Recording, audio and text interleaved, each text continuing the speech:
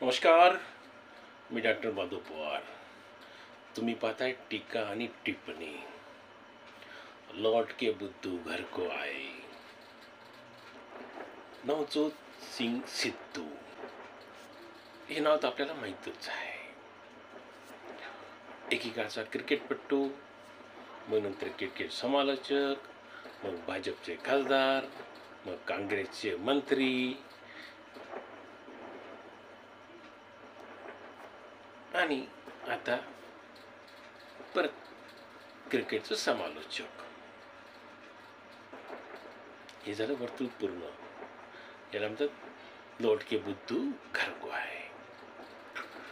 सिद्धू वाचन उत्तम, स्मरणशक्ती दांडगी, वक्तृत्व फाडफाड आणि पोटभरून हसणारा मनुष्य. या भांडवलावर या मनुष्याने क्रिकेटच्या समालोचकाचं नाव कमवलं, पैसा कमवला. मग स्वाभाविकच आहे की तो मनुष्य कपिल शर्माच्या शोमध्ये पण गेला. तिथून चिकार पैसा मिळत होता त्या माणसाला. मग ते साहजिकच आहे, अशा लोकांना पक्षवाले यांचा वापर करून घेतात. त्यांना तसंच मग सिद्धूला भाजपने तिकीट दिलं. सिद्धू खासदारी झाला आणि 2014 मध्ये मोदींचं सरकार आलं. आणि मग जे काही बाजूला फेकले गेले, जे अडगळीत पडले, ज्यांना कोणी महत्व दिलं नाही, त्यामध्ये एक नवजोत सिंग सिद्धू हा होता. ये वाचाळ, बडबडे आणि नको तेथे असणार हा मनुष्य.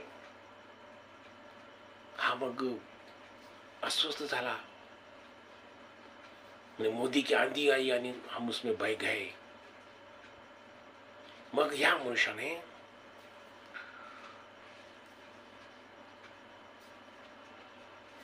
बडबड सुरू केली. मग साहजिकच आहे, मोदींनी अशा लोकांकडे दुर्लक्ष करतात त्याप्रमाणे दुर्लक्ष केलं या माणसाकडे. आणि काय झालं, मग हा मनुष्य आपमध्ये जायचं, काँग्रेसमध्ये जायचं की आपमध्ये जायचं, कुठून जास्त मिळेल याच्यामध्ये राहिला. पण मग आपचं त्याचं काही जमलं नाही. काँग्रेसवाल्यांनी पटवलं, मंत्री देऊ, मुख्यमंत्री करू सांगितलं. आणि मग हा भाऊ काँग्रेसमध्ये गेलाही. मुख्यमंत्री तर काही मिळालं नाही, पण मंत्रीपद मिळालं. तर तिथं आता मंत्रीपद मिळालं. त्या मंत्रिपदाचा आनंद घ्यायचा सोडून हा मनुष्य काय करत राहिला, ते कॅप्टन अमरिंदर सिंग जे पंजाबचे मुख्यमंत्री होते त्यांच्या मागे हा लागला. प्रियंका वाड्रा यांची फूस. पण कॅप्टन अमरिंदर सिंग खंबीर मनुष्य, त्या माणसाने याच्याकडे दुर्लक्ष केलं या माणसाकडे. आणि याच्यामुळे काय झालं, मंत्रीपद स्वीकारल्यामुळे काय झालं की कपिल शर्मा शो मध्ये त्याला जात बंद करावा लागला तो. कारण तुम्ही आता मंत्री झालेले आहेत म्हणून जे महिन्याला लाखो रुपये मिळत होते, करोडो रुपये मिळत होते, ते गंगाजळी एकदमच बंद झाली ती. आणि इकडे काय झालं,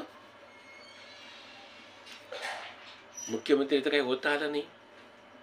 निवडणूक झाली आणि सिद्धू आमदारकी पद सुद्धा गमावली. झालं तशात सिद्धूला आणखी एक झालं, फटका बसला.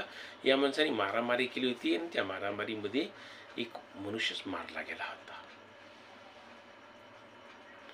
मग तेही प्रकरण बाहेर आलं. महाबूत तुरुंगातही जाऊन आला, थोड्या दिवसासाठी बाहेर आला. आता कोणी आम आदमी पार्टीचं सरकार आहे ते, म्हणजे ते आता काही संधी नाही आहे. म्हणून मग आता हा मनुष्य परत क्रिकेटच्या समालोचनाकडे वळलेला आहे. म्हणजे यालाच म्हणतात लौट के बुद्धू घर को आए. धन्यवाद मित्रांनो. व्हिडिओ आवडला लाईक करा, शेअर करायला विसरू नका. धन्यवाद. नमस्कार.